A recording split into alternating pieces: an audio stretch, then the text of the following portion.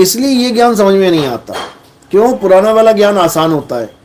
सुबह उठो, मंदिर जाओ, मूर्ति है, नहलाओ धुलाओ, माथा टेको, भोग लगाओ, श्रृंगार करो, वापस आ जाओ। ये ज्ञान बहुत आसानी समझ में आ जाता है। या जाओ किसी नदी के किनारे, वहाँ पे नदी को माथा टेको, आरती गाओ और 2 डुबकियाँ लगा के घर को आ जाओ, हो गई मुक्ति। कितना आसान है, कितनी जल्दी समझ में आ गया। या कोई परिक्रमा करना हो, किसी पहाड़ की परिक्रमा कर दी, या वृंदावन में परिक्रमा करने चले गए, नर्मदा नदी की परिक्रमा करते हैं लोग, ये भी समझ में आ जाता है कि हाँ, इसकी परिक्रमा करेंगे, हमारे पुण्य बन जाएंगे, हमारी मुक्ति हो जाएगी, हमें भगवान मिल जाएगा। जो भी कहानी किससे बताए गए हैं उस पर विश्वास करके हम लोग कर लेते हैं। ये बहुत आसान है समझना। या फिर घर में कोई रामायण का पाठ कर लिया, कोई गीता का पाठ करवा लिया, या कोई भजन करवा लिया, भजन संध्या हो गई, या कोई कथा वाचक कोई आ गया, कथा सुना के चला गया। ये भी समझ में आता है कि बहुत आसान है, आए बैठे घंटा 2 घंटा पूरी श्रद्धा से माथा टेका, चलो जी हो गया काम। ये ज्ञान बहुत आसान है, इसलिए जल्दी समझ में आ जाता है। बिल्कुल उस तरह जैसे छोटे छोटे बच्चों को A for apple, B for bat, C for cat, D for dog बड़े आराम से समझ में आ जाता है। आप जैसे ही बोलोगे बच्चों सुनाओ ABCD, वो शुरू हो जाएगा। बहुत आसान है। और मुझे नहीं लगता कि कोई फेल भी होता होगा नर्सरी में। ABCD लिखनी है, 26 अक्षर लिखने हैं, लिख के पास हो गए। तो ये ज्ञान जो है बहुत आसान है, ये घर घर में पहुंचा हुआ ज्ञान है। आपको हर घर में ABCD वाले बच्चे मिल जाएंगे। लेकिन अगर कोई कहे कि PhD का ज्ञान घर घर में मिल जाए, तो आप यहीं देख लेना। आप एक बार शुरू हो जाना, हर घर में दरवाजा खटखटाना है आपने, और ये पूछना है कि क्या यहाँ पर कोई PhD किया हुआ आदमी है या कोई बच्ची है। आपको खुद समझ में आ जाएगा कि 100 मकान देखने के बाद, 200 मकान देखने के बाद, 500 मकान देखने के बाद कोई 1-2 बंदा मिलता है जिसने PhD की हुई है, या कोई डॉक्टर है, या कोई इंजीनियर है। डॉक्टर भी घर घर में नहीं है, इंजीनियर भी घर घर में नहीं है। यानी कि जिनकी गिनती कम होती जा रही है वो हाई लेवल ज्ञान है, और जो घर घर में ABCD वाले बैठे हुए हैं ये लो लेवल ज्ञान है। बस इसी प्रकार जो लो लेवल ज्ञान होता तो वो भी ज्ञान है, लेकिन वो घर घर में होता है।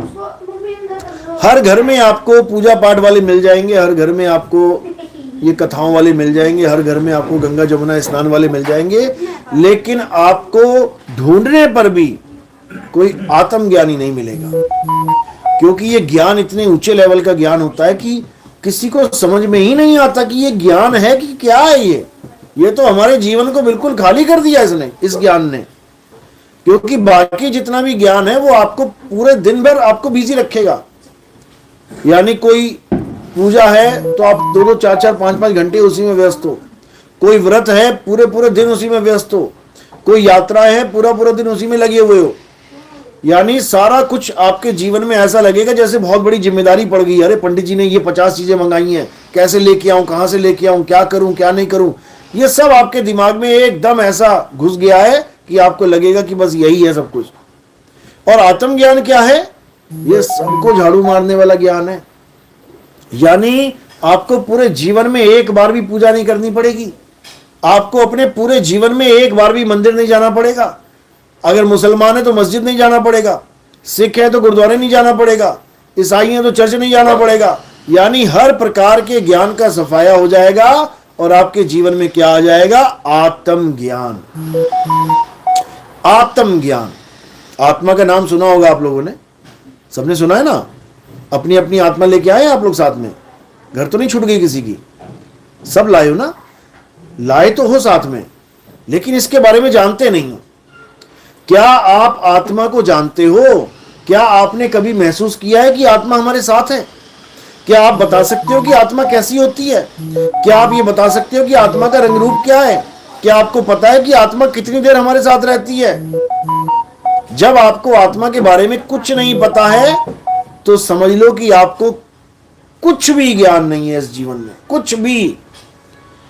और अगर आपको आत्मा का ज्ञान हो जाता है तो समझ लो कि अब कोई ज्ञान ऐसा शेष भी नहीं बचा जो आपको चाहिए। यानी फुल एंड फाइनल आपका ज्ञान वाला कोटा भर जाएगा। अगर आपको आत्मज्ञान हो गया तो, जैसा कि गीता में समझाया कृष्ण जी ने कि हे अर्जुन, जो अपनी आत्मा में रमण करते हैं, जो अपनी आत्मा में तृप्त हैं, तृप्त का मतलब होता है उसके बाद कुछ नहीं चाहिए, तृप्ति मिल जाना, सेटिस्फैक्शन, जो अपनी आत्मा में संतुष्ट हैं, संतुष्टि मिल गई, अब कुछ नहीं चाहिए एक्स्ट्रा, समझो कि तब आपका कल्याण हो जाएगा। उसके लिए उसके जीवन में कोई धार्मिक जितने भी रीति रिवाज हैं, जितने भी पूजा पाठ है, ये नियम लागू ही नहीं होते। यानी उसको किसी भी मंदिर में जाके पूजा करने की जरूरत नहीं है, उसको किसी भी मस्जिद में जाके नमाज पढ़ने की जरूरत नहीं है, उसको किसी गुरुद्वारे चर्च में जाके कोई पूजा पाठ करने की जरूरत नहीं है। सारा ज्ञान उसको घर बैठे मिल जाएगा। इसी को आत्मज्ञान कहते हैं। आत्मज्ञान, आत्मज्ञान का मतलब होता है जहां पर भी आत्म शब्द जुड़ जाए, कहीं पर भी, वो आपके ऊपर इशारा करता है। जैसे आप जब अपनी कथा लिखते हो, किसी और की कथा लिखोगे तो क्या कहने में आएगा कि ये किसी और की कथा लिखी गई है। लेकिन जब आप अपनी आत्म कथा लिखोगे, आत्म कथा, तो किसकी कथा लिखोगे? खुद की। यानी कथा में अगर आत्म जुड़ जाए तो वो कथा आपके ऊपर हो जाएगी। हत्या में अगर आत्म जुड़ जाए, किसी ने कहा कि 4 बंदों की हत्या हो गई, या ऐसा कोई बोले कि किसी ने हत्या कर दी, तो समझ में आता है कि किसी ने किसी दूसरे की हत्या की होगी। लेकिन अगर कोई यह कह दे कि वहां पर आत्महत्या कर ली किसी ने, तो इसका मतलब क्या हुआ कि उसने किसी और को नहीं मारा, उसने खुद को मार लिया। यानी आत्म शब्द जुड़ते ही सारा मामला किस पे फिट हो गया? खुद पे, खुद पे फिट हो गया। इसी प्रकार अगर कोई कहे कि आत्म निर्भर हो जाना है, तो इसका मतलब सारा मामला किस पे फिट हो गया? खुद पे। आत्मनिर्भर यानी मुझे किसी और पे निर्भर नहीं रहना है, मुझे खुद पे निर्भर हो जाना है। इसी प्रकार आत्म रक्षा, जैसे ही आत्म जुड़ गया, वो रक्षा किसकी होगी? अब खुद की। यानी किसी की रक्षा करने की जरूरत नहीं है, बस अपनी रक्षा करो, हो गई आत्म रक्षा। इसी प्रकार आत्म ज्ञान का मतलब होता है तुम्हें किसी और का ज्ञान नहीं चाहिए। तुम्हें नहीं चाहिए कि कौन है राम जी, कौन है कृष्ण जी, कौन है हनुमान जी, तुम्हें नहीं चाहिए कौन है कबीर जी, कौन है नानक जी, कौन है रविदास जी, तुम्हें यह ज्ञान नहीं चाहिए। तुम्हें कौन सा ज्ञान चाहिए? खुद का ज्ञान। लेकिन खुद तो तुम्हें, हम इतने ज्ञानी हैं ही नहीं। तुम्हें खुद का ज्ञान चाहिए। वो ज्ञान जो आप कह रही हो कि हम इतने ज्ञानी नहीं हैं, वही बताने के लिए ये लोग आए थे। नानक जी आए, रविदास जी आए, कबीर साहब आए। कृष्ण जी की गीता पढ़ोगे, उसमें भी आत्मा के बारे में बहुत कुछ बता रखा है कि हे अर्जुन, आत्मा अजन्मा है, आत्मा नित्य है, आत्मा शाश्वत है, आत्मा अचल है, अडोल है, आत्मा पुरातन है, ये आत्मा ही सत्य सनातन है। ये सारा बता रखा है। हमें समझा रहे हैं वो कि आत्मा क्या है, लेकिन हम आत्मा को छोड़ के किसकी पूजा करने लग गए? जो बता रहा था। एक आदमी आया, उसने कहा अरे गड्ढा खोदो, नीचे पानी है, पानी पियोगे तो तुम्हारी तृप्ति हो जाएगी। गड्ढा नहीं खोदा, जो बताने आया था उसका मंदिर बना दिया। उसको पूज रहे हैं, और जो वो बता रहा है कि आत्मा को जानो, उस आत्मा को हमने डस्टबिन में फेंक दिया है। यानी वो हमारे लिए यूजलेस है। सुबह से लेकर शाम तक कितनी बार आप आत्मा का जिक्र करते हो? कितनी बार सोचते हो आत्मा के बारे में? एक बार भी नहीं। Not even a single time, एक बार भी नहीं। और कितनी बार तुम भगवानों के बारे में सोचते हो? राम जी की मूर्ति लगी, अरे पूजा करनी है, घंटी बजानी है, भोग लगाना है, ये करना है, वो करना है, मंदिर जाना है, मस्जिद जाना है, गुरुद्वारे जाना है, चर्च जाना है। हर चीज का ध्यान तुम्हारे अंदर है, हर चीज के बारे में तुम सोच रहे हो, लेकिन तुम आत्मा के बारे में एक बार भी नहीं सोच रहे हो। और कृष्ण जी वहां आत्मा के बारे में बता रहे हैं, हे अर्जुन, इस आत्मा को ना तो शस्त्र काट सकता है, ना अग्नि जला सकती है, ना वायु सुखा सकती है, ना जल भिगो सकता है। किसके बारे में बता रहे हैं? आत्मा के बारे में। क्या जरूरत है आत्मा के बारे में बताने के लिए, अगर आत्मा को हमने कुछ करना ही नहीं है तो? अगर आत्मा को हमने पाना ही नहीं है, आत्मा को हमने जानना ही नहीं है, तो क्यों सारा युद्ध उसके बीच में, युद्ध के बीच में खड़े होके वो आत्मा आत्मा कर रहे हैं? भाई कर तो वो सही रहे हैं, लेकिन हम लोग नहीं समझ पा रहे हैं कि वो आखिर क्यों कर रहे हैं। ये तो कृष्ण जी हैं जो कर रहे हैं। क्या कबीर साहब भी यही कर रहे हैं? बिल्कुल यही बोल रहे हैं वो भी। वो कह रहे हैं, जल में मीन प्यासी, मोहे देखत आवे हांसी, आत्मज्ञान बिना नर भटके, कभी काबा कभी काशी। यानी कि हे इंसान, तू किसी भी भगवान की पूजा कर ले, तू किसी भी अल्लाह की पूजा कर ले, तू किसी भी वाहिगुरु गॉड की पूजा कर ले, जब तक तू अपने आप को नहीं जानेगा तब तक तुझे अल्लाह वाहिगुरु गॉड मिलने वाला नहीं है। बिल्कुल सिंपल सा। तो अपने आप को कैसे जाने गुरुजी? अपने आप को जानने के लिए ही तो बताया जा रहा है, सत्संग किया जा रहा है।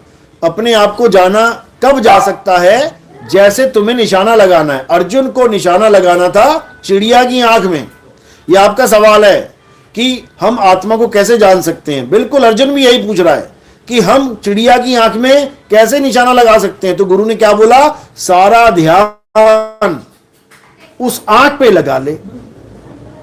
तुझे पूंछ नहीं दिखनी चाहिए, तुझे पर नहीं दिखने चाहिए, तुझे पैर नहीं दिखने चाहिए, तुझे गर्दन सिर नहीं दिखना चाहिए, तुझे पूरा पेड़ भी नहीं दिखना चाहिए जिस पे वो चिड़िया बैठी है। तुझे क्या दिखना चाहिए? केवल आंख। अगर आप इतनी बात मानने को तैयार हो गुरु की कि केवल आंख को देखना है, तो आपको 101% आत्मा का ज्ञान हो जाएगा। जैसे अर्जुन को पूछा, बाकियों को भी पूछा, भीम ने भी लगाया निशाना, पूछे क्या दिख रहा है? भीम कहता मुझे तो पेड़ दिख रहा है। कहते तू मत लगा, तुझसे नहीं लगेगा। दूसरे को पूछा तुझे क्या दिख रहा है?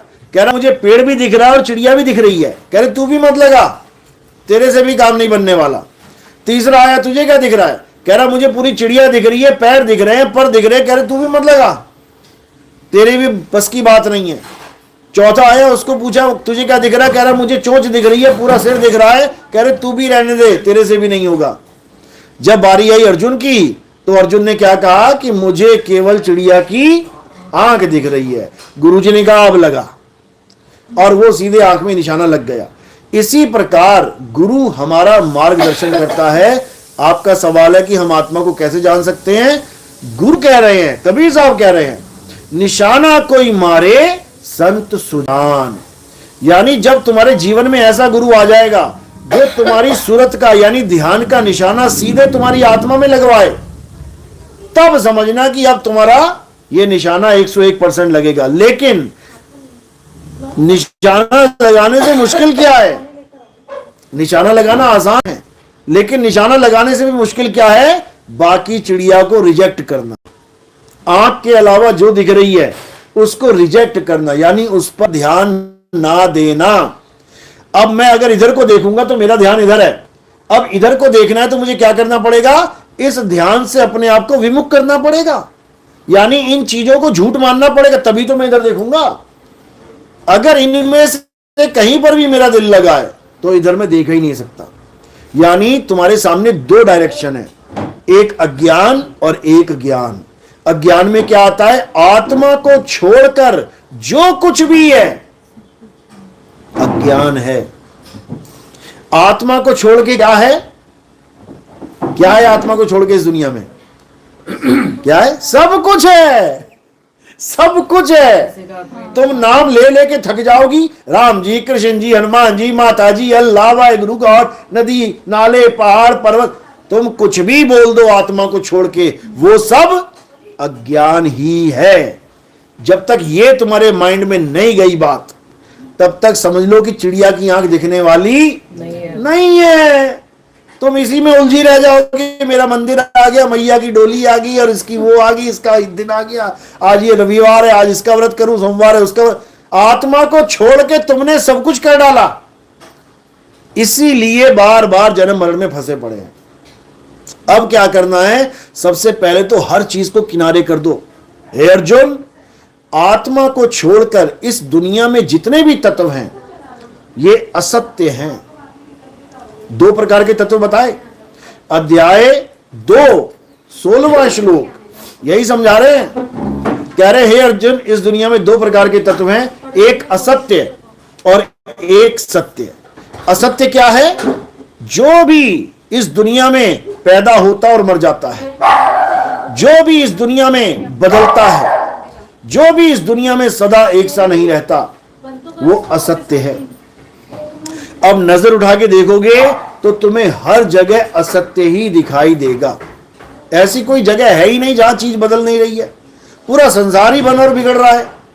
यानी हर वो वस्तु असत्य है जो बनती और बिगड़ जाती है।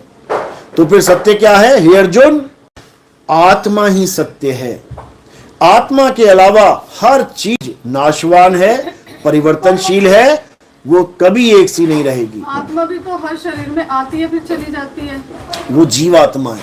अभी इस डिफरेंस बताएंगे आपको कि आत्मा और जीवात्मा में क्या फर्क है। अभी गीता के आधार से समझाएंगे आपको। जहां जहां पर भी आत्मा शब्द बोला जाता है, केवल आत्मा, तो हम किस आत्मा की बात कर रहे हैं? जो अडोल है, अचल है, स्थिर है, वो हिलती नहीं है। वो ऐसा नहीं है कि आज अभी यहां दिल्ली बैठी है, कल को मुंबई पहुंच गई। जो आज दिल्ली बैठी है और कल को मुंबई पहुंच जाएगी, वो कौन सी आत्मा है? जीवात्मा। वो जीवात्मा है। एक शरीर छोड़ के दूसरे शरीर में जा रही है, वो जीवात्मा है। सुख और दुख को भोग रही है, वो जीवात्मा है। माया जाल में फंसी है, वो जीवात्मा है। अपने आप को शरीर मान रही है, मैं आदमी, मैं औरत, मैं बच्चा, मैं बूढ़ा, मैं जवान। ये कौन सी आत्मा है? जीवात्मा। इसीलिए इसको जीव बोला गया है। जीव का मतलब है, संतों की भाषा में जीव क्या है? जीव एक अज्ञानी आत्मा को कहते हैं। भटक रहे हैं बेचारे, कोई यहां भटक रहा है, कोई वहां भटक रहा है। और जो अचल आत्मा है, उसको संतों की भाषा में परम आत्मा कहते हैं। यानी उसको कोई भटका नहीं सकता। वो परम पिता परमात्मा है। वो अचल अडोल अबोल परमात्मा है। वो जीवात्मा की तरह नहीं है, आज यहां और कल वहां। इसी को कबीर साहब ने भी बोला। गीता में कहा इसके बारे में? अध्याय 2 24वां श्लोक अगर आप पढ़ोगे तो आपको अचल आत्मा के बारे में समझाया गया है। हे अर्जुन, ये आत्मा अछेद्य है, अशोष्य है, अदाह है। अछेद्य मतलब जिसमें छेद नहीं कर सकते हम। आप कितने तीर मार लो, आप कितनी गोलियां चला दो, मिसाइलें फेंक दो, आत्मा में छेद नहीं हो सकता। शरीर में हो जाएगा। कृष्ण जी के शरीर में हो गया, पैर में तीर लगा तो छेद हो गया, पैर में खून निकला, जहर था तीर में, देह त्याग करना पड़ा, देह खत्म हो गई। तो जो अछेद्य है, अशोष्य है, उसको कोई सुखा नहीं सकता, उसको कोई गीला नहीं कर सकता। अदा, उसको कोई दाह संस्कार नहीं, जला नहीं सकता। वो आत्मा अडोल है, अचल है, यानी वो चलती नहीं है, उसको कोई हिला नहीं सकता। वो एक जगह स्थिर है, सदा सदा स्थिर रहने वाली है। वो आती और जाती नहीं है। वो आत्मा ही सत्य सनातन है। हमारा धर्म क्या है? सत्य सनातन धर्म। कब है? जब हम जीवात्मा की पूजा छोड़ के अचल आत्मा की पूजा करने लग जाते हैं। और जीवात्मा की भी पूजा छोड़ो, कौन कर रहा है जीवात्मा की पूजा? अरे पत्थरों की पूजा चल रही है। जो पत्थर इंसान बना के, मूर्ति बना के, नाक कान हाथ बना के, ऑर्डर पे, तुम ऑर्डर दो सीधे कि एक भगवान बनाना है जी, वो कहेगा कौन सा भगवान बनाना है? आप कहोगे जी राम जी बना दो, कृष्ण जी बना दो, वो कहेगा कितने हाथ रखने हैं, कितने पैर रखने हैं, आप बताओगे? क्योंकि कृष्ण जी की कई मूर्तियां ऐसी हैं जैसे विराट रूप, उसमें कई सिर हैं, तो ऑर्डर देके बनाना पड़ेगा कि कौन सा वाला चाहिए। हनुमान जी, पंचमुखी हनुमान जी भी हैं, एक मुखी हनुमान जी भी हैं। सच्चाई तो ये भी है ना कि हैं ये भी, बिल्कुल हैं। अभी बताएंगे आपको कि होते हुए भी नहीं है।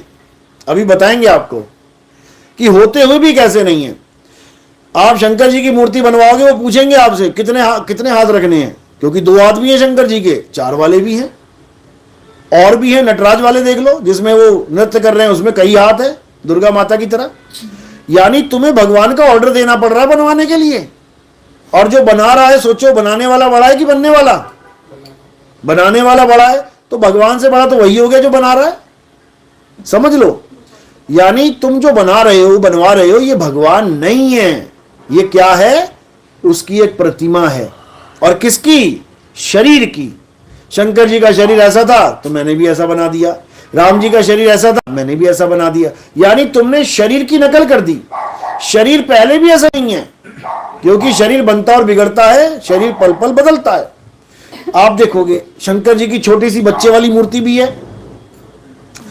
जो सो रहे हैं, एक जगह देखा जाता है, केदारनाथ में लगा हुआ है वो पोस्टर। आप शंकर जी की बड़ी फोटो भी देखोगे, जो पार्वती के साथ है। आप उनके पिता वाली भी फोटो देखोगे, 2 बच्चे भी साथ में हैं, कार्तिकेय और गणेश। तो यानी एक ही शरीर की अलग अलग अवस्थाओं का ज्ञान भी दिया जा रहा है, यानी वो शरीर बदल रहा है। और गीता क्या कहती है कि जो बदल रहा है वो असत्य है, माया है। ये काया ही माया है। लोग कहते हैं ना माया का त्याग करो, माया, ये काया का त्याग करो बोला जा रहा है। माया केवल पैसा नहीं है, पैसा तो इस काया के लिए कमा रहे हो। ये काया ना हो तो बताओ पैसा क्या करोगे तुम। असली माया काया ही है, इसका त्याग करना है हमने। यानी इस काया को कैसे त्यागे कि दोबारा हमारे पल्ले ना पड़ जाए, ऐसे त्याग करना है इसका। तो आपने जो सवाल किया कि हाँ ये हैं तभी तो भगवान बनाए जा रहे हैं, ये होते हुए भी नहीं है। कैसे? वाणी क्या कह रही है? वाणी कह रही है कि उमा कहूं मैं अनुभव अपना, और सत हरि भजन जगत सब सपना। ये वाणी इसीलिए बोली गई है क्योंकि भगवान होता हुआ भी नहीं है। अगर इस वाणी को आपने समझ लिया तो आपने कल सपना देखा, रात में आपको 5 करोड़ की लॉटरी लग गई। आपने सपना देखा, आप सपने में खुश हुए, आप गिनने भी लग गए नोट, बहुत खुश। लेकिन जैसे ही सपना टूटा, अब कहां गए वो 5 करोड़ रुपया? अब कहां गया वो नोट जो तुम गिन रही थी? थे, क्योंकि तुमने देखे हैं, तुम गिन रही थी, लेकिन होते हुए भी नहीं है। क्यों? क्योंकि सपना था, झूठ था। थे तभी तो गिन रही थी, खुश भी थी, लेकिन होते हुए भी नहीं था, तभी तो तुम्हारे पास नहीं है। इसी प्रकार ये पूरा जगत होता हुआ भी नहीं है। ये जो तुम्हें दिख रहे हैं, मेरी बेटी, मेरी बेटी, मेरा भाई, मेरे दादा, मेरा चाचा, मेरी मां, मेरा बाप, ये होते हुए भी तुम्हारे नहीं है। केवल इस सपने में तुम्हें अपने लग रहे हैं। वो सपना और ये सपना देखने में 2 हैं। क्यों? क्योंकि वो रात में दिखाई देता है, ये दिन में। रात वाले को तुमने रिजेक्ट मार दिया अपने जीवन से कि रात वाला जो सपना होता है वो सच नहीं है। तुम्हें बैठा दिया तुम्हारे दिमाग में। किसने? तुम्हारे घर वालों ने, या तुमने जिससे भी पूछा, वो क्या कह रहा है? अरे सपना सपना होता है, छोड़ दे उसको। और इस जीवन को सत्य मान बैठे कि ये मेरा पति है तो मेरा ही पति है, ये मेरा बच्चा है तो मेरा ही बच्चा है। सपने में क्या से क्या हो जाता है पता भी नहीं लगता। शादी किसी और के साथ होती है, सपने में देखते देखते दूल्हा चेंज हो जाता है। उठ के बताते हैं, अरे मेरी शादी उसके साथ हो रही थी, जब मैंने गौर से देखा वो कोई और था। ऐसा भी हो जाता है। आया कोई और मिलने, देखते देखते शक्लें बदल जाएंगी। बहुत कुछ हो जाता है सपने में। यानी सपने में माया इतनी प्रबल है कि वो खुद से कुछ उसी वक्त कर सकती है। लेकिन ये जो जगत है, यहां पर अगर मैंने गिलास पानी ये रख दिया है ना, और इसको नहीं पिया, तो सुबह भी ये ऐसा ही मिलेगा। इसलिए हमें लगता है कि ये सच है। ये फूल यहां पड़े हैं, ये सुबह भी यहीं मिलेंगे तुम्हें। इसलिए लगता है देखो जहां मैंने सामान रखा था वहीं है। ये सपना नहीं हो सकता। इसी चक्कर में हम फंस जाते हैं। ये भी एक सपना ही है। ये कब टूटेगा? जब शरीर छूटेगा, तब टूटेगा ये सपना। ये थोड़ा लंबा सपना है, 10 साल का, 20 साल का, 50 साल का, 100 साल का, 120 साल का। और इस सपने का जो फार्मूला है वो बिल्कुल अलग है, उस वाले सपने से बिल्कुल अलग है। इस वाले सपने में हर चीज इतनी रियल दिखाई देती है कि जो चीज तुमने जहां रख दी, अगर तुमने सोने का हार अटैची में रख दिया और 20 साल तुमने नहीं खोला तो वहीं मिलेगा। और रात वाला सपना रोज बदल जाएगा। आज सपने में तुम्हें 50 करोड़ की लॉटरी लग गई, तुम राजे बने हुए हो, कल को तुम भिखारी बन के सपने में भटक रहे हो। आज तुम इतने ताकतवर हो कि शेर भी आ गए तो कुत्ते की तरह पीट रहे हो, कल को तुम्हारे पीछे कॉकरोच पड़ गया तो कॉकरोच के आगे आगे भाग रहे हो सपने में। यानी कि वो सपना स्थायी नहीं है, वो रोज बदल जाता है, इसलिए वो सच नहीं लगता। लेकिन ये वाला सपना सारी उम्र एक जैसा ही चलता है। जो मेरी मां बन गई वो मेरे पूरे जीवन तक मेरी ही मां रहेगी। जो बच्चा पैदा हो गया वो सारा जीवन मेरा बच्चा ही रहेगा। इसलिए इतना रियल लगता है कि हम उसको सत्य मान लेते हैं। लेकिन फिर भी यही समझाया जा रहा है कि सत हरि भजन जगत सब सपना। ये इतना जबरदस्त सपना है कि भोले शंकर, राम जी, कृष्ण जी नहीं समझ पाए सपने को। शंकर जी को सपने में पार्वती मिली, जगत सब सपना, तो सपने में ही सब है। राम जी भी सपने में, शंकर जी भी सपने में, पार्वती भी सपने में, कैलाश भी पर्वत भी सपने में, गंगा नदी भी सपने में, ये सारा संसार सपने में। तो शंकर जी को जब पार्वती मिली सपने में तो उनको सपना मान के उससे दूर रहना चाहिए था, क्योंकि सपना है, सपना यानी माया है। लेकिन शंकर जी शादी करके बैठ गए, सपने में मिली और साथ में बैठा ली, अब मियां बीवी बन गए। अब वो अपने आप को मियां बीवी समझ रहे हैं, यानी वो सपने में अपने आप को बिल्कुल सत्य मान रहे हैं कि हम तो मियां बीवी हैं, जबकि नहीं है। सपने का मतलब ही झूठ है। सपने में लॉटरी लगी है लेकिन नहीं लगी है। सपने में तुम करोड़पति बन गए हो लेकिन नहीं बने हो। सपने में तुम्हें हर इंसान दिख रहा है लेकिन नहीं दिख रहा है। क्यों? क्योंकि सपने में तुमने देखा कि मेरे पिताजी क्या एक्सपायर हो गए, मेरी मां एक्सपायर हो गई। अब जब तुम उठ के देखोगे तो एक्सपायर थोड़ी नहीं हो गए, बैठे हुए हैं। इसका मतलब होकर भी नहीं हुए, क्योंकि सपना है। इसी प्रकार ये सारे मंदिर, मस्जिद, गुरुद्वारा, चर्च, ये सपने में तुम्हें दिख रहे हैं। ये मंदिर, मस्जिद, गुरुद्वारे सपने का एक अंग हैं, और तुम सपने की पूजा सपने में ही कर रही हो। जबकि करना क्या है? सत्य हरि भजन। जगत सब सपना। पहले जगत से अपने आप को किनारे कर लो, यानी ये दृढ़ हो जाओ कि जो भी संसार में दिख रहा है वो सत्य नहीं है।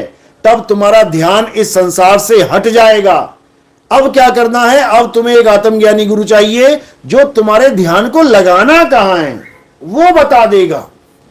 तो इधर से सारा ध्यान हटा के इधर लगवा देगा। अब जब इधर लगाओगी तो ये एक भी चीज दिखाई नहीं देगी जो मुझे दिख रही थी पहले। जब तक मैंने गर्दन इधर को की है सब कुछ दिख रहा है मुझे, और जैसे ही मैंने गर्दन इधर कर ली अब वो कुछ भी नहीं दिखेगा मुझे। भले मेरे पीछे हो, भले मेरे पीछे सब कुछ है, लेकिन मेरे लिए नहीं है। इसी प्रकार जो आत्मज्ञानी संत होते हैं वो संसार में दिखाई देते हैं, लेकिन उनके लिए संसार है ही नहीं। वो ना अपनी मां के एक्सपायर होने पर रोते हैं और ना ही वो किसी के घर में पैदा होने पर हंसते हैं। उनको पता है ये सब सपना है। बच्चा पैदा हुआ सपने में हुआ, मरेगा सपने में मरेगा, क्योंकि जो जीव है वो ना कभी पैदा हुआ ना कभी मरेगा। आत्मज्ञानी की माँ बाप भाई बहन, इनका ना कभी जन्म होता है ना कभी मरण होता है। गुरुजी हम रहते तो दुनिया में ही है ना, तो दुनिया की चीजें इसीलिए तो मैं समझा रहा हूं, इसीलिए तो समझा रहा हूं, इसीलिए समझा रहा हूं कि दुनिया में रह के, दुनिया को भोग के, दुनिया से जुदा कैसे हो जाना है। मैंने क्या ये कहा कि सफेद कपड़े पहन लो, मैंने ये कहा कि बच्चे छोड़ दो, मैंने ये कहा कि अपना पति छोड़ दो तुम। मैं तुम्हें ये नहीं कह रहा कि तुम अपने घर में मत रहो, तुम बीवी बच्चों के साथ मत रहो, माँ बाप के साथ। मैं कह रहा हूं कि इसमें रहते हुए भी इससे अलग कैसे रहना है। अर्जुन के सामने जब आग थी तो क्या उसने पेड़ हटा दिया, उसने पर हटा दिए, उसने सिर फोड़ दिया, हटा दिया? सब कुछ उसके सामने है, लेकिन उसका ध्यान नहीं है किसी में भी। मेन तो ध्यान है ना, मेन तो ध्यान ही है। सब कुछ उसके सामने है, लेकिन उसका ध्यान किसी में फंसा हुआ नहीं है, इसलिए उसका निशाना लग जाएगा। और अगर तुम्हारा ध्यान किसी और में लग गया तो तुम बर्बाद हो जाओगे। अभी इंसान जन्म है इसलिए तुम्हें लग रहा है कि कितना सुखी है इंसान, कितना मजे में है इंसान। एक बार इंसान चोला छूट गया ना, आप कोई भी योनि देख लेना, आपको कपड़े तक नसीब नहीं है। अभी तो हम सब तन ढक के बैठे हैं, उसके बाद गाय को देख लेना जाके, 4 थन लटक रहे हैं उसके, दुनिया देख रही है, देख लेना, हर अंग दिख रहा है उसका। कुत्ता बिल्ली हाथी घोड़े ये कुत्ता पाल रखे, बताओ क्या नहीं दिख रहा है इसका। लेकिन हम इंसान जन्म में है तो हमने सब ढक लिया, हाँ हम तो बहुत बढ़िया हैं। केवल यही जन्म मिला है ढकने के लिए, उसके बाद ऐसे नंगे घूमेंगे जीवन में, ऐसी हालत हो जाएगी। अभी रजाई पे ले ली, ठंड लगी तो अभी ठंड लगी हीटर लगा लिया, गर्मी लगी एसी लगा लिया। उसके बाद जब कुत्ता बिल्ली बन गए, जंगल में बन गए हिरण, जंगल में बन गए शेर सियार, फिर जाके देख लेना क्या हालत होगी। एक घूंट पानी के लिए तरस जाओगे। ये जितने भी शेर बाघ हैं ये सब पानी के पास ही लगाते हैं अपना डेरा। क्यों? पानी पीने तो आएगा ना बेटा, घर में तो टूटी लगा नहीं सकता हिरन। मगरमच्छ छुपा बैठा है इसीलिए कि आएगा बेटा पानी पीने तो आएगा। यानी पानी पीने का मतलब अपनी जान को खत्म करवाना है।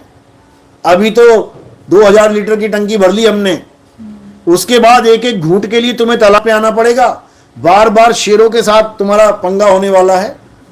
और याद रखना, ऐसा मत सोचना कि किसने देखा, अभी देख लेना चैनल लगा के, वो भी मालिक के जीव हैं जो भटक रहे हैं बेचारे।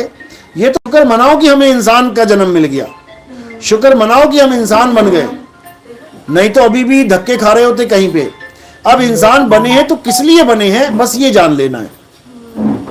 अगर हमें इंसान जन्म मिला है तो कारण क्या है, हमें क्यों नहीं कॉकरोच बना दिया, हमें क्यों नहीं सांप बिच्छू बना दिया? क्योंकि हम पर परमात्मा की दया हो गई है।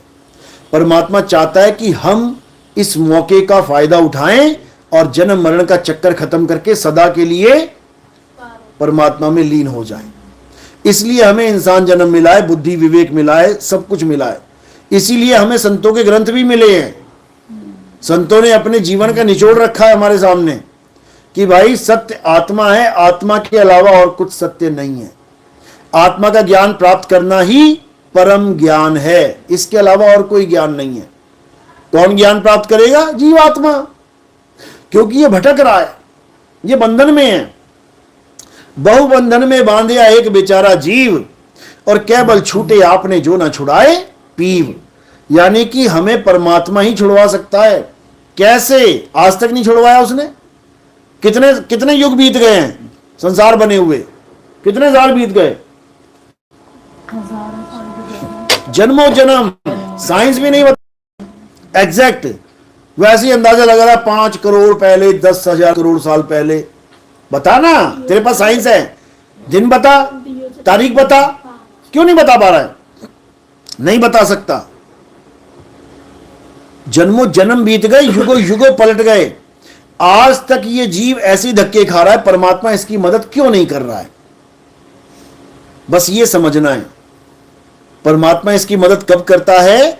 जब हमारे जीवन में कोई गुरु को भेजता है, तब समझ लो कि परमात्मा ने मदद कर दी। और हमारे जीवन में कोई गुरु नहीं आया, भले हम बड़े से बड़ा बिजनेसमैन बन जाएं, बड़े से बड़ा राजा बन जाएं, बड़े से बड़ा करोड़पति, अरबपति, खरबपति बन जाएं, तब भी परमात्मा ने 1% भी दया नहीं करी हम पे।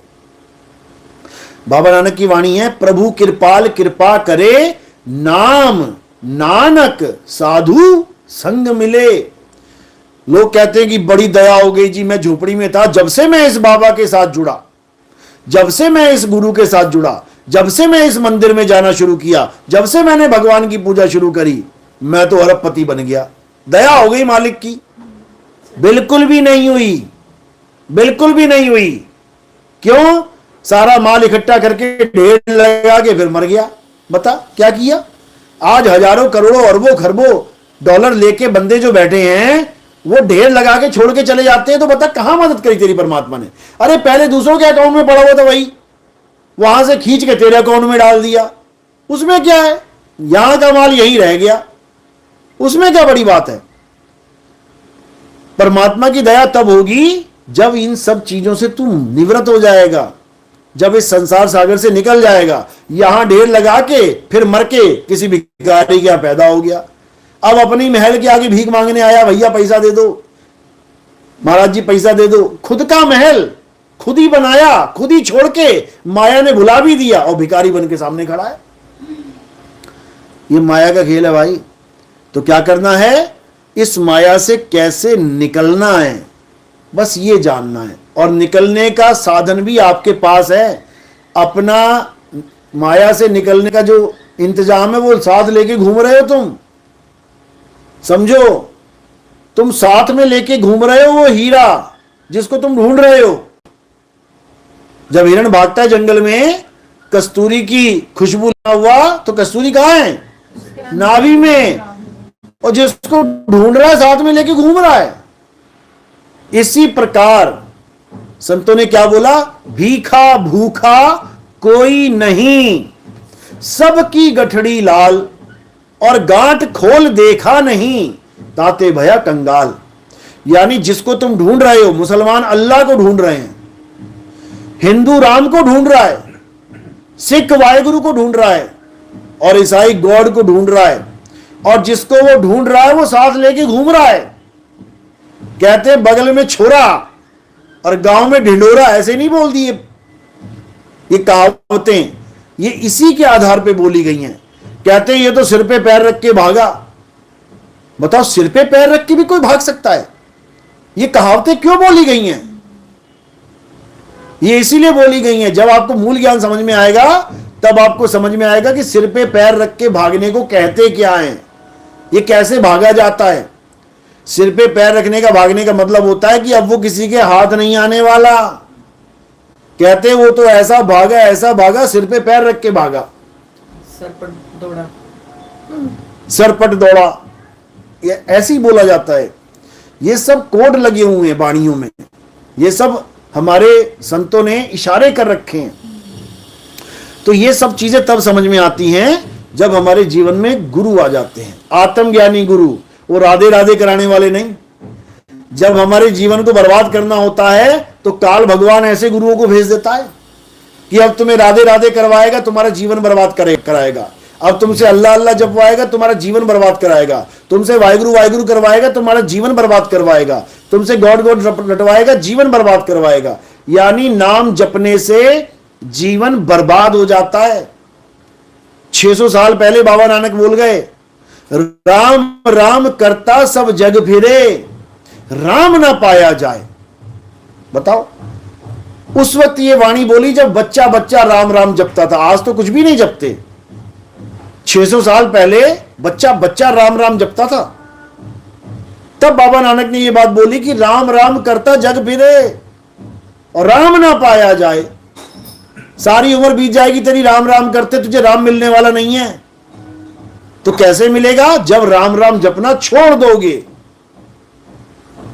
क्योंकि अगर पानी पीना है तो यह गलतफहमी दिल से निकाल दो कि पानी पानी जपना पड़ेगा। पानी जप के कभी पानी मिल जाएगा क्या? जप के देख लेना पूरी रात, 10-15 मिनट बाद तुम खुद ही कहने लग जाओगी, अरे भैया कोई पानी पिला दो, गला सूख गया। पानी का नाम लेकर भी गला सूख जाएगा। रट लेना 10 मिनट, पानी पानी पानी पानी पानी 10 मिनट तक रट लेना बिना रुके। पानी पानी बोलकर भी तुम्हारा गला सूख जाएगा, पानी पीना पड़ जाएगा।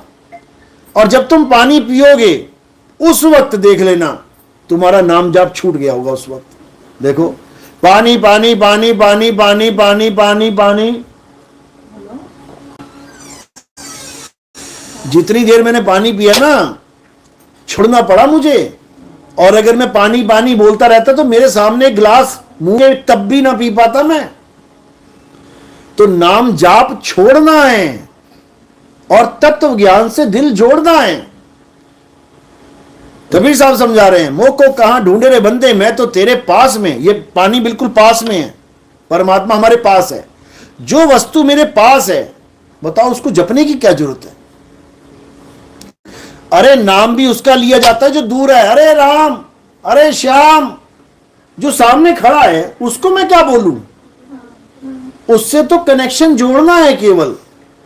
नाम उसका लिया जाता है जो दूर है, उसको बुलाया जाता है नाम लेके। जो तुम्हारे हृदय में बसा हुआ है, जो तुम्हारी आत्मा में बसा हुआ है, उसको तुम क्या नाम लोगे? कभी अपना भी नाम लेना पड़ता है क्या? तुमने कभी अपना नाम लिया है? तुम सारी दुनिया के नाम ले लेते हो पूरे दिन में। आपने आज तक अपना नाम नहीं लिया होगा। क्यों? क्योंकि तुम ही तो हो, तुम ही हो, अपना नाम कौन लेगा? इसी प्रकार परमात्मा भी कोई और नहीं है, आप ही का असली स्वरूप परमात्मा है और आपका अज्ञान स्वरूप जीवात्मा है। बस इतनी सी बात है। सोई जाने जेहू देई जनाई, और जानत तुम ही होई जाई। ये बोलते तो सारे हैं लेकिन इसको समझ नहीं पाते। सोई जाने कहते वो जान सकता है परमात्मा को, जिहू देव जनाई, जिसको परमात्मा खुद जनवा दे। और जानत तुम ही, यानी उसको जानने के बाद तुम ही हो ही जाई। उसको जानने के बाद मैं वो ही हो जाता हूं, क्योंकि वो और मैं दो है ही नहीं, है ही नहीं। जैसे ही हमने दो मान लिया, फंस गए हम माया के जाल में। इसीलिए कबीर साहब ने कहा कि सत्य स्वरूपी नाम साहिब का सो निज नाम हमारा, यानी परमात्मा का जो असली नाम है और जो हमारा असली नाम है एक ही है। परमात्मा का जो असली स्वरूप है और हमारा जो असली स्वरूप है एक ही है। लेकिन उन दोनों को कैसे जानेंगे? गुरु के द्वारा। और जब गुरु मिलेगा तो क्या करेगा? आत्मा परमात्मा एक को करे। जो हमारे जीवन में ये दो शब्द लगे हैं ना, आत्मा परमात्मा, आत्मा परम, कहते दोनों को एक कर देगा। आत्मा परमात्मा एक को करे, अंतर की दुविधा अंतर मरे। यानी जो दोनों में अंतर करके बैठे हैं हम, कहते हैं उसका खात्मा कर देगा वो गुरु, उसको खत्म कर देगा, यानी दो से एक कर देगा आपको। यही कबीर साहब समझा रहे हैं। क्या कह रहे हैं? अब तो जाए चढ़े सिंहासन, मिले हैं सारंग पानी, और राम कबीरा एक भय है, कोई ना सके पहचानी। यानी वो ऐसा कर देगा हमें कि हम और वो दो रह ही नहीं सकते। गंगा नदी और समुद्र में जो फर्क है वो कब खत्म होता है? जब नदी, गंगा नदी समुद्र में जाके गिर जाती है। जब समुद्र में गिर गई, अब बताओ उसको गंगा कौन कहेगा? अब समुद्र में गिरने के बाद वो समुद्र ही हो गई, यानी दो का भाव खत्म हो गया, अब वो एक ही एक है। तो हमने क्या करना है? हमने अब उसको जानना है जिसको हमने आज तक नहीं जाना। किसको? अपने आत्म स्वरूप को। हमने राम जी को जान लिया, श्याम जी को जान लिया, हनुमान जी को जान लिया, माता दुर्गा को जान लिया, अल्लाह वाहिगुरु गॉड सबके नाम जान लिए, लेकिन खुद के नाम को नहीं जान पाए। इसलिए बाबा नानक समझा रहे हैं, कहे नानक ये तेरी वडियाई और कोई नाम न जाने मेरा। कहते हैं मुझे सारे गुरु मिल गए, भगवानों का, अल्लाह वाहिगुरु का नाम जन्माने वाले सारे मिल गए, लेकिन कोई ऐसा नहीं मिला जो मेरा नाम जानता हो। सब मुझे नानक नानक कह रहे हैं। अरे नानक तो इस काया का नाम है। ये काया पैदा हुई तो काया को देख के मेरा नाम रख दिया नानक। अब मेरी बहन पैदा हुई, काया, लड़की का शरीर था, तो नाम क्या रख दिया? नानकी। मुझे नानक और इसको नानकी बना दिया काया को देख के। जबकि ना मैं काया और ना वो काया। हम कौन हैं? जीवात्मा। हम जीवात्मा हैं, हम काया नहीं है। काया तो जीवात्मा की वजह से जीवित है। जीव, उसकी वजह से ही नाम रखा है जीवित, यानी जीव इतः, यानी जीव है। जीव है तो जीवित है। और जब जीव निकल गया काया से, अब क्या बोलेंगे उसको? निर्जीव, यानी अब इसमें जीव नहीं है। तो मैं कौन हूं? मैं जीव हूं। और जीव क्या है? अमर अविनाशी है। ईश्वर अंश जीव अविनाशी। तो जब मैं अविनाशी हूं तो मेरा नाम नानक रख दिया इन्होंने। तो किसको देख के रखा? नाशवान देह को देख के रखा। यानी ये नानक किसको मान रहे हैं? इस देही को मान रहे हैं। जबकि नानक कौन है? अविनाशी जीव है। और नानकी कौन है? अविनाशी जीव है। दोनों अविनाशी हैं, लेकिन शरीर के माध्यम से दोनों को अलग अलग कर दिया गया। अब क्या करना है? अब ऐसा गुरु हमें मिल जाए जो हमें जीव से पीव होना सिखा दे। बहुबंधन में बांधे एक बेचारा जीव, और केवल छूटे आपने जो न छुड़ाए पीव। अब परमात्मा क्या करता है? जिसके हम सब जीव हैं, ये हमें रास्ता बता देता है वापस घर आने का। जैसे हम जुदा हुए वैसे ही एक होने का। यानी सूरज से जो किरणें निकली धरती पे पड़ी, अब सूरज ही उन किरणों को बता रहा है कि कैसे वापस आना है। जो जो किरण चली जाएगी वापस, वो इस संसार में दोबारा नहीं दिखेगी, उसको मुक्त हो जाना कहते हैं। और अगर कोई किरण वापस आ रही है बार बार जन्म मरण में, इसका मतलब वो बंधन में है। तो जैसे विष्णु जी देखो अलग अलग रूप धारण करके आ रहे हैं। मत्स्य अवतार हुआ, कुरुम अवतार हुआ, बराह अवतार हुआ, राम जी, कृष्ण जी, ये बार बार आ रहे हैं संसार में। तो इसका मतलब क्या हुआ? इसका मतलब बंधन में हैं, आ रहे तभी तो आ रहे हैं, निर्बंध नहीं है। निर्बंध कौन है? जो कभी वापस आए ही ना, जो सदा सदा के लिए मुक्त हो जाए, उसको कहते हैं निर्बंध। ब्रह्मा विष्णु महेश भी निर्बंध नहीं है। कारण क्या है? क्योंकि इस संसार का सारा काम उनको मिला हुआ है। ब्रह्मा जी सृष्टि को पैदा करते हैं, विष्णु जी सृष्टि को चलाते हैं, शंकर जी सृष्टि का संहार करते हैं। तीनों हो रहा है ना। बच्चे पैदा भी हो रहे हैं, इसका मतलब ब्रह्मा जी एक्टिवेट है।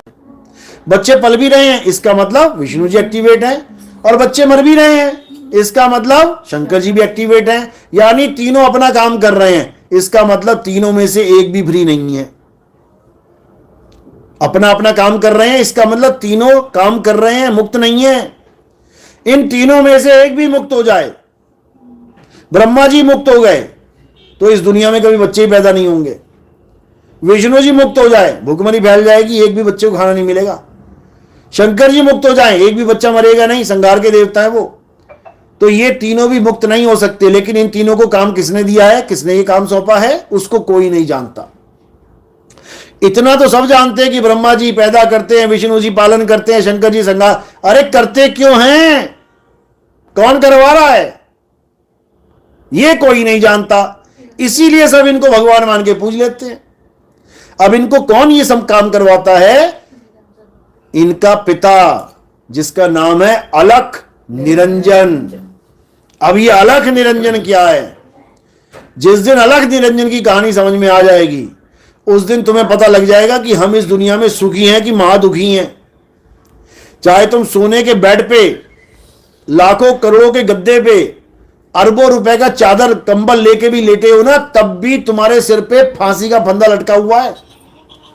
जो तुम्हें लग रहा है कि मैं सुखी हूं, मैं सुखी हूं, मैं अमीर हो गया, मैं सुखी हो गया, जिस दिन तुम्हें पता लग गया ना कि तुम्हारे साथ क्या होने वाला है, हालत खराब हो जाएगी। ये सारा सुख दुख में बदल जाएगा। ये सारा सुख क्यों दुख में नहीं बदल रहा है? क्योंकि तुम अपनी मौत को भूले बैठे हो। अगर तुम्हें तुम्हारी मौत दिखा दी जाए कि तुम्हारी मौत ऐसे होगी, भाई साहब एक पल का भी चैन नहीं मिलेगा आपको कि बाप रे बाप ऐसे मरूंगा मैं। बड़े से बड़े भगत जब उनके एक्सीडेंट होते हैं ना, जा रहे हैं केदारनाथ, अगर केदारनाथ वालों को एक बार भी वीडियो दिखा दी जाती ना कि तुम्हारे साथ ये होने वाला है, तुम्हें एक भी भगत न दिखाई देता वहां पे। अगर किसी यात्रा पे जा रही बस पलट जाएगी, लोग मरेंगे, दिखा दिया जाए ना हादसा कि ये होने वाला है तुम्हारे साथ, भगवान होगा सब भूल जाएंगे लोग और घर में बैठ के कहेंगे हाँ घर में भी भगवान है। अगर तुम्हें दिखा दिया जाता कि जो आज कहते हैं 144 साल के बाद ये कुंभ का मेला लगा है, अगर तुम्हें दिखा दिया जाता कि ऐसी भगदड़ होगी, इतने लोग मर जाएंगे, ऐसा तुम्हारा आता पता ना होता कभी कि तुम वहां चली भी जाओ। समझे? ये इसलिए क्योंकि तुम अपनी मौत को भूले बैठे हो। और संत कहते तू अपनी मौत को याद कर, तू मरने वाला है। जब तक याद नहीं करेगा अपनी मौत को, जब तक ये सुख दुख में बदलने वाला नहीं है। अब लोग कहते हैं अरे यार क्यों दुख में बदले अपने जीवन को, अरे आएगी तो देखी जाएगी। जब आती है ना फिर हालत खराब हो जाती है। फिर कोई कहे ना अरे आएगी देखी जाएगी, कितना बोलता था, अब देख लेना एक बार अच्छे से। अब देखा नहीं जाएगा, अब भागेगा, मैं बचूं, मुझे बचा लो, मेरे बचा लो, कुछ कर लो मेरा। यही बचाने के लिए, यही करवाने के लिए संत आते हैं कि इससे पहले कि ऐसी दर्दनाक हालत हो जाए तू संभाल ले अपने आप को। क्या करना है? आत्मज्ञान में आ जाना है। आत्मज्ञान का मतलब क्या है कि तुम अपने आप को शरीर मानना बंद कर दो, तुम अपने आप को आत्मा करके जान लो। जब तुम आत्मा हो गए तो बताओ कब मरोगे? आत्मा कब मर जाती है? कितने सालों बाद? मरती नहीं है। आत्मज्ञान में आने का यही फायदा है कि उसके बाद तुम्हारी मौत नाम की जो चीज है ना खत्म हो जाती है। तो इंसान मरेगा ही नहीं। नहीं मरेगा, नहीं मरेगा, नहीं मरेगा, क्योंकि वो अमर हो गया ना। आप कब तक मरोगे? जब तक तुम्हारे दिमाग में आपकी डेट ऑफ बर्थ फिक्स है। क्या डेट ऑफ बर्थ है आपकी? याद है ना? बस याद है ना तो पक्का मरोगे। क्योंकि आपने मान लिया कि मैं इस दिन को पैदा हुई हूं। अगर आपने मान लिया कि मैं पैदा हुई हूं, पक्का मरोगी, कोई बचाने वाला नहीं इस दुनिया में। और अगर तुमने ये जान लिया कि मैं कभी पैदा ही नहीं हुई, तो तुम्हें मारने वाला नहीं कोई दुनिया में। हम आत्मा है, आत्मा का मतलब ही अमर है। आत्मा कभी मरती ही नहीं है, तो मरेगा कौन? शरीर तो मैं हूं ही नहीं, शरीर तो मैं हूं ही नहीं। सच्चाई तो यही है ना कि शरीर में ही तो आए हैं हम। शरीर में आए हैं, शरीर में आए। आप कार में आई हो, अब कार का एक्सीडेंट हो गया, तुम्हारा थोड़ी नहीं हुआ, तुम्हारा एक्सीडेंट नहीं हुआ। कार मरेगी, तुम नहीं मरोगे, तो कैसे कहेंगे कि ड्राइवर मर गया? एक ऐसी कार में आप आई हो जो कार तो नाशवान है, लेकिन आप अविनाशी हो, तो कैसे कहेंगे? कार एक्सीडेंट हो गया बोल सकते हैं, कार टूट गई फूट गई बोल सकते हैं, कार जल गई भस्म हो गई बोल सकते। ड्राइवर नहीं मरेगा कभी। लेकिन आप अपने आप को कार मान बैठी, ये कार है तुम्हारी। इस कार के 2 हाथ हैं, इस कार के 2 पैर हैं, इस कार की 2 आंखें, एक नाक है, सिर है, सब कुछ है, लेकिन वो तुम नहीं हो। अब बताओ कैसे मरोगी? आंख मरेगी, कान मरेगा, बाल मरेंगे, खाल मरेगी, हड्डी मांस मरेगा, पूरा शरीर मर जाएगा, लेकिन तुम नहीं मरोगी। कब? जब तुम अपने आप को जान जाओगी कि मैं एक ड्राइवर हूं। अभी तो हम ये भी नहीं जान पा रहे कि मैं ड्राइवर हूं। आपने सुबह नाश्ता किया? क्या खाया था आपने, याद है? अभी कुछ खाया यहां पे? क्या खाया था? पकोड़े। बस यही अज्ञान है कि तुमने पकोड़े खाए। तुम ड्राइवर हो। तुमने जाते जाते पेट्रोल डलवा लिया, तुमने 10 लीटर पेट्रोल डाली टंकी में। अब तुम क्या क्या कहोगी जाके? आज मैंने दोपहर में 10 लीटर तेल पिया था, बोलोगी कभी? आज मैंने पेट्रोल पिया 10 लीटर। ड्राइवर बोलेगा कभी? क्या कहेगा? मैं गाड़ी में डलवा के आया हूं। क्योंकि वो जान रहा है कि मैं अलग हूं और मेरी गाड़ी अलग है। लेकिन यहां पर ड्राइवर ही गाड़ी समझ बैठा अपने आप को। मैं लड़का हूं, मैं लड़का हूं, यानी ड्राइवर कह रहा है मैं गाड़ी हूं, मैं गाड़ी हूं, मैं लड़की हूं, मैं गाड़ी हूं। बस इतना समझना है। यानी तोता अलग है, पिंजड़ा अलग है। जो दिख रहा है वो पिंजड़ा है, और जो बोल रहा है वो तोता है। मां अपनी बेटी से बोल रही, बेटी कैसी है? मां मैं ठीक हूं, यानी तोता तोते से बात कर रहा है, लेकिन पिंजड़ा हिल रहा है। ये पिंजड़े के जो मुंह है ना, ये हिलता है। जब पिंजड़े का मुंह हिलता है तो ऐसा लगता है कि पिंजड़ा ही बोल रहा है, जबकि बोलने वाला कौन है? ये जीव बोल रहा है। पिंजड़ा नहीं बोल सकता, जीव बोलता है। कैसे बोलता है? वायु के द्वारा। बांसुरी बोलती है ना, क्या आवाज निकलती है? 7 सुर निकलते हैं, किसके द्वारा? वायु के द्वारा। ये देखो, इससे शब्द बन रहे हैं सारे। ये सांस ले रही हो तुम, इस वायु से शब्द बन रहे हैं तुम्हारे। तुम्हारे गले में एक वॉइस बॉक्स लगा हुआ है। आदमी की और औरत की आवाज इसलिए अलग अलग होती है क्योंकि वॉइस बॉक्स पतला है, वॉइस बॉक्स मोटा है। एक स्पीकर इतना बड़ा है और एक स्पीकर इतना सा है, तो आवाज एक सी होगी कि अलग अलग? अलग अलग होगी। इसलिए औरतों की आवाज अलग होती है, आदमियों की आवाज अलग होती है। समझो।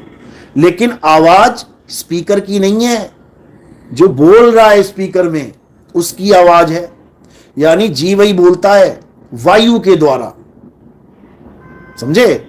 तो बोलनहार कोई और है और बोल किसी और के द्वारा निकल रहे हैं। तो काया को कभी नहीं सोचना है कि मैं काया हूं, हम आत्मा हैं। बीच में एक कड़ी और जुड़ी है, उसको मन कहते हैं। तन, आत्मा और मन। अब ये मन क्या है? ये जीव से ताकत लेता है, ये जीव से ताकत लेता है और ये कुछ भी बोल देता है। जैसे कोई भगत है, उसके मुंह से गाली निकल गई, अब उसको बाकी पूछ रहे, अरे गाली कैसे निकाली तुमने? अरे यार मन में गाली आ गई, मैं रोक नहीं पाया, निकल गई। यानी कि बीच में कोई और भी बैठा हुआ है जो तुम्हारी ताकत को अच्छा या बुरा करके पेश कर देगा। ये कौन है? मन। इसीलिए इसको वक्ता बोल दिया संतों ने। संतो तन खोजा मन पाया, मन ही श्रोता मन ही वक्ता मन ही निरंजन राया। यानी इस जीव की ताकत लेके ये मन अच्छे और बुरे काम कर रहा है। ताकत किससे मिल रही है? जीव से। और जीव कहां से ताकत ले रहा है? आत्मा से। वो आत्मा से ताकत, यानी कड़ी बार कड़ी एक लाइन जुड़ी हुई है और कहां पे आके अंत हो जाता है उसका? काया पे। तो क्या लग रहा है कि सब कुछ काया ही कर रही है, अच्छा भी काया कर रही है, बुरा भी काया कर रही है, जबकि कर क्या रहा है? मन कर रहा है, मन कर रहा है अच्छा और बुरा। और मन को भी कौन आगे पावर दे रहा है? जीव, जो अपने आप को भूला पड़ा है और मन के चले चल रहा है। इसलिए साहिब कह रहे हैं मन जाता है तो जाने दे, तू थाम के राख शरीर, और उतरा पड़ा कमान से क्या कर सके तीर। यहां पर कबीर साहब मन और जीव की बात कर रहे हैं। तू मन जाता है तो जाने दे, तू थाम के राख शरीर। किसको बोल रहे हैं? जीवात्मा को, कि तू शरीर को पकड़ के रख, शरीर ना चला जाए। शरीर चला गया तो कर्म बन जाएगा। मेरे मन में आया कि मैं इस आदमी को पत्थर मार दूं, आ गया ना, मन जाता है तो जाने दे, कोई बात नहीं, मन में विचार आ गया, कोई बात नहीं, लेकिन तू शरीर को पकड़ के रखियो, ऐसा ना हो कि शरीर उठा के पत्थर मार दे, फिर तुझे जेल हो जाएगी। इसलिए इस चीजों को समझना पड़ेगा, लेकिन कब समझ में आएगा? जब तुम्हारे जीवन में गुरु आ जाएगा। तो क्या करना है? हमारे सत्संग आपने है यूट्यूब चैनल कहत कबीर सुनो भाई साधो, या फिर ये स्टेटस पे लगाते रहते होंगे, कुछ ना कुछ भेजते रहते होंगे, कड़ी दर कड़ी सुनना है आपने, सीरियल वाइज मैं भेज दूंगा, 1 2 3 4 5 6 7 8 करके। जैसे हम सिलेबस पढ़ते हैं कोई, तो लाइन वाइज होता है सिलेबस, यानी पहला लेसन पढ़ा, उससे रिलेटेड दूसरा होगा, उससे तीसरा होगा। ऐसे ही जब आप ये सत्संग सुनना शुरू करोगे, आपके सारे भ्रम टूट जाएंगे। जो आपका मोह संसार से जुड़ गया है, संसार का मतलब संसार, संसार का मतलब जो कुछ संसार में है वो संसार ही है। मंदिर, मस्जिद, गुरुद्वारे, चर्च संसार है, माँ बाप, भाई बहन संसार है। हाँ, लेकिन गुरुजी जैसे हमें मन की शांति चाहिए होती है, तो हम मंदिर, मस्जिद, गुरुद्वारे वहां जाते हैं, तो हमें सुकून भी तो मिलता है, वो क्या है? ये हमें लगता है कि सुकून मिलता है, ये लगता है हमें। कौन लगवाता है? ये मन ही लगवाता है, ये मन ही लगवाता है कि हमें बड़ा सुकून मिल रहा है। जैसे नशा बेचने वाला नशे में सुकून दिलवा देता है तुम्हें, ये लगा ले पैग एक, और देख कितना सुकून मिलता है। तो एक अलग चीज हुआ, हम गुरुद्वारे जा रहे हैं, वो एक अलग, वो भी एक नशा है, वो भी एक नशा है, झूठ का नशा, यानी झूठी चीजों में नशा है। पानी में नहाने का नशा है। लोग कहते हैं अरे इस तालाब में मैं नहा लिया, धन्य हो गया, शांति मिल गई। नशा है, झूठ है ये। कहां नहाना है? आत्म रूपी गंगा में नहाना है, आत्मा में रमण करना है, वो है सच्चा, और ये है झूठा। तो झूठ में मन रमता है, मन तुम्हें झूठ में संतुष्ट करवा देगा, कहीं सच ना मिल जाए इसे, क्योंकि सच मिल गया तो मन का खेल खत्म। ज्ञान तो गुरुजी हमें वहां भी मिलता है, गुरुद्वारे बिल्कुल मिलता है, मैंने ये थोड़ी नहीं कहा कि ज्ञान नहीं है। हाँ, ज्ञान मिलता है, लेकिन सत ज्ञान नहीं मिलता। अच्छा, सत ज्ञान क्या है? आत्मा ही सत्य है। अगर गुरुद्वारे में यह बताया जाए कि बेटा ये आत्मा है और ये संसार है, तुमने आत्मा में रमण करना है, तो गुरुद्वारे में परफेक्ट ज्ञान मिल रहा है। लेकिन गुरुद्वारे में क्या मिल रहा है? आरतियां गा लो, अरदासें कर लो, भोग लगवा लो, वाणियां सुन लो, गुरु ग्रंथ साहब को पढ़ लो, गुरु ग्रंथ साहब को समझो, अच्छी बात है। वाणी में ही तो होता है सब कुछ। वाणी में सब कुछ है, लेकिन कौन सी वाणी में? 2 प्रकार की वाणियां हैं। एक वाणी वो है जो लिखी जाती है, और एक वाणी है जिसको धुर की वाणी कहते हैं। धुर की वाणी कहते ना, धुर की वाणी आई जिन सगली चिंत मिटाई। जो धुर की वाणी है वो लिखी नहीं जा सकती, वो लिखने में नहीं आती है, अलेख है, वो बोलने में नहीं आती, अबोल है। बाबा नानक क्या बोल रहे वाणी में? अखा आवाजो वेखना, बिन कन्नी सुनना, हत्था पैरा आवाजो चलना, बिन हथी करना, जीबा आवाजो बोलना, यूं जीवित मरना, और नानक हुक्म बचान तो जा खस में मिलना। कह रहे हैं कि ऐसी वाणी को पकड़ो, ऐसा गुरु पकड़ो जो अखा आवाजो वेखना, बिना